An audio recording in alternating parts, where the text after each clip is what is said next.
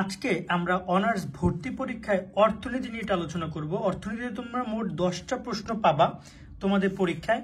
এক্ষেত্রে তোমাদের 10টা প্রশ্নের জন্য অর্থনীতি কি কি পড়বা এবং কিভাবে প্রস্তুতি তোমরা নিবা প্রথম পত্র দ্বিতীয় পত্রে, ওভারঅল আজকের ভিডিওতে আমরা এই প্রসঙ্গে আলোচনা করবো এবং বিষয়গুলো তোমাদেরকে জানিয়ে দিব। দেখো, তোমরা অনেকে মনে করতে পারো ভাই 10 মার্কের জন্য আর কি সাজেশন।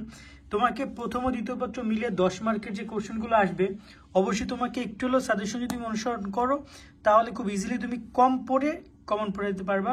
কারণ এখানে তোমার অর্থনীতি অনেকটা কোঅর্ডিনেটেড সাবজেক্ট মানবিকে বলা যায়। তো যারা ইতিমধ্যে এই সাবজেক্টগুলো প্রিপারেশন নেওয়া শুরু করছো তোমরা ইতিমধ্যে বুঝতে পারছো।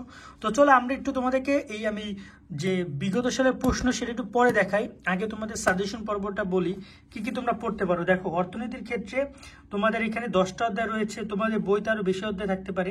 সেক্ষেত্রে আপাতত 10টা অধ্যায় নিয়ে তোমরা বলো, প্রথম পত্রে 10টা, দ্বিতীয় পত্রে 10টা, এই জায়গা থেকে তোমাদের প্রশ্নগুলো আসবে।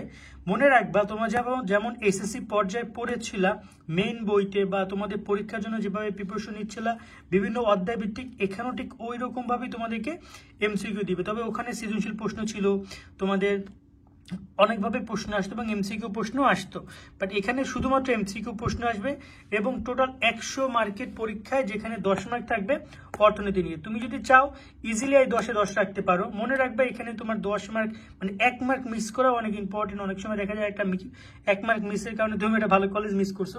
সেক্ষেত্রে তুমি কিভাবে কি পড়বা চলো একটা তোমাদেরকে বলে দিই। সো প্রথমত রয়েছে অর্থনীতি মৌলিক সমস্যার সমাধান, এটা গুরুত্বপূর্ণ তোমাদের জন্য, অফকোর্স এই অধ্যায়ে ভালো করে তোমরা দেখে যাবা। তারপর রয়েছে ভোক্তা ও উৎপাদকের আচরণ, উৎপাদন ও উৎপাদন ব্যয়, বাজার দেখে যাবা তোমরা। এখানে শ্রম বাজার অতটা গুরুত্বপূর্ণ না, মূলধন সংগঠন অতটা গুরুত্বপূর্ণ, আচ্ছা মূলধন গুরুত্বপূর্ণ, সংগঠন গুরুত্বপূর্ণ, খাজনা গুরুত্বপূর্ণ না, বাট এখানে আয় ব্যয়, সামগ্রিক আয় ব্যয় এটা তোমরা একটু দেখে যাবা। আপাতত 6-7টা দেখে গেলে এনাফ, এই 6-7টার টপিকগুলো ভালো করে তোমরা দেখে যাবা। এর সাথে অর্থনীতি দ্বিতীয় পত্র নিয়ে যদি কথা বলি, এখানে তোমরা দ্বিতীয় অধ্যায় বাংলাদেশের কৃষি, বাংলাদেশের শিল্প দেখে যাবা। এখানে তোমাদের রয়েছে অর্থায়ন, ভালো করে তোমরা দেখে যাবা। আন্তর্জাতিক বাণিজ্য, সরকারি অর্থ ব্যবস্থা এবং উন্নয়ন পরিকল্পনা, এগুলো একটু ভালো করে তোমরা দেখে যাও। আশা করি এগুলো থেকে তোমাদের কমন পড়বে। তোমার যদি আমি একটু বিতর্কতভাবে দেখাই, প্রত্যেকটা বইয়ের ক্ষেত্রে তোমরা এরকম এমসিকিউ পাবা। আমি তোমাদের একটু দেখাতে চাই যে যখন তুমি এগুলো পড়বা তখন এই অধ্যায় ভিত্তিক তোমার এখানে থাকবে প্রশ্নগুলো। এই যে দেখতে পাচ্ছ প্রথম অধ্যায়, একটা অধ্যায় দেখা যায় 30-40টা 50টা করে কোশ্চেন তোমরা পাবা। যেমন ধরো এই যে প্রথম অধ্যায়ে প্রায় 48টা কোশ্চেন এই বইটা রেখেছি, দিগদর্শনের বইটা। সো বিভিন্ন বই ব্যতিক্রম বা তোমাদের আরো যে বইগুলো রয়েছে জয়কলি সামথিং, সেগুলোতে এরকম তোমরা 40-50টা করে এমসিকিউ পাবে। এটা গুরুত্বপূর্ণ এমসিকিউ যেগুলো তোমার পরীক্ষায় আসে। তবে কিছু অধ্যায় রয়েছে যেগুলোতে একটু বেশি এমসিকিউ দেওয়া আছে, কারণ কিছু অধ্যায় রয়েছে যে বেশি এমসিকিউর জন্য বেশি গুরুত্বপূর্ণ, সেগুলো তোমরা একটু ভালো করে তোমরা দেখে যাবা। এইগুলো তোমরা পড়ার ক্ষেত্রে আগে চেষ্টা করবো আমি যে টপিকগুলো বলেছি সেই অধ্যায়গুলো গুরুত্ব দিয়ে পড়া। যেমন খাজনা থেকে তেমন কোশ্চেন আমরা বিগত সালেও তেমন দেখিনি, এবং আমরা যখন বিভিন্ন বিশ্ববিদ্যালয়ে প্রশ্ন অ্যানালাইসিস করলাম সেখানে অতটা গুরুত্বপূর্ণ দেখিনি। আবার দ্বিতীয়ত অর্থনৈতিক পরিস্থিতি থেকে খুবই কম এমসিকিউ এসেছে, মাত্র এখানে ধরো না যে 39 এমসিকিউ, কিন্তু বাংলাদেশের কৃষি থেকে অনেক এমসিকিউ আমরা অর্থনীতি কিন্তু দেখি। সো এখানে 50-50 ভাবে ডিস্ট্রিবিউট হবে। ফার্স্ট পেপার থেকে ধরো না 5টা, সেকেন্ড পেপার থেকে 5টা, এভাবে তার এমসিকিউ দিবে। কোনো ক্ষেত্রে এমসিকিউ বাড়তে বা কমতে পারে, বাট তোমাদেরকে প্রস্তুতি নেওয়ার ক্ষেত্রে 2 পত্র একসাথে প্রস্তুতি নিতে হবে, এটা বলে রাখছি। এবার আসি তোমাদের একটু আমি তোমাদের যে বিগত সালের প্রশ্নগুলো নিয়ে কথা বলতে। বিগত সালের প্রশ্ন তোমরা দেখতে পারবা যখন তোমরা এই বইগুলো পড়ে যাবা, তখন দেখবা যে বিগত সালের প্রশ্ন অনেক সময় হুবহু কমন পড়তেছে।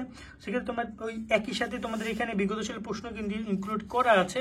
আর তোমরা যদি সবচেয়ে বেশি ভালো যেটা হয়, তুমি অর্থনীতি তোমার যে এসএসসি বই রয়েছে সেই বইটা পড়ে যাবা, কারণ সেই বই থেকে প্রশ্ন কিন্তু বেশিরভাগ করে থাকে।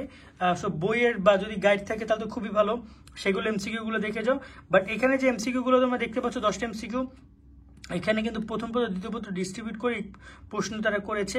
তবে সবসময় দেখা যায় প্রথম পত্রের প্রশ্ন একটু বেশি থাকতে পারে কোনো ক্ষেত্রে। যেমন এটা হচ্ছে 2000 মনে হয় 23-24-এর প্রশ্ন, সরি 13-14-15-এর প্রশ্ন। আর যদি আমি একটু অন্যটা প্রশ্ন যাই, ধরো যে এই একটা প্রশ্ন রয়েছে, বিভিন্ন প্রশ্ন থাকে, এটা মানবিকের অনেকগুলো প্রশ্ন আসে। ওকে, এটা হচ্ছে 13-14 প্রশ্ন, এর আগেটা মানে 14-15। এখানে অর্থনীতি প্রশ্নগুলো যদি আমি একটু দেখি, সাধারণ জ্ঞানের পরে অর্থনীতি, এখানে আমরা দেখতে পাচ্ছি যে এখানে প্রথম পত্র থেকেও প্রশ্ন তারা রেখেছে, আবার দ্বিতীয় পত্র থেকেও তারা প্রশ্ন এখানে কিন্তু রেখেছে। ওকে, 10টা প্রশ্ন মোটামুটি 2টা পত্র থেকে রেখেছে। এই যে চাহিদা, এগুলো কিন্তু প্রথম পত্রের প্রশ্ন। বাজার, এগুলো কিন্তু বেশ কিছু বিষয় রয়েছে, অর্থ ব্যবস্থায় যে বাংলাদেশে, এগুলো দ্বিতীয় পত্রের প্রশ্ন। তো তোমরা বিগত সাল যখন পড়বা তখন চেষ্টা করবে আগে এই বইগুলো কমপ্লিট করার জন্য, তারপরে বিগত সালের প্রশ্নের উপর একটা করে এক্সাম দিয়ে দিবা এগুলো ঢেকে, তাহলে তোমাদের জন্য বিষয়টা আরো ভালো হবে। সো তোমরা একটু বাজার থেকে সুন্দর করে বইগুলো কিনে নিও, আর যদি নিজেদের বাসায় অলরেডি বই থেকে থাকে তাহলে তো খুবই ভালো। নেক্সট তোমরা কোন বিষয়ে সাজেশন চাও সেটা কমেন্টের মাধ্যমে জানিও। আজকে আমরা এখানে বিদায় নিচ্ছি, ভালো থাকো সকলে, আল্লাহ হাফেজ।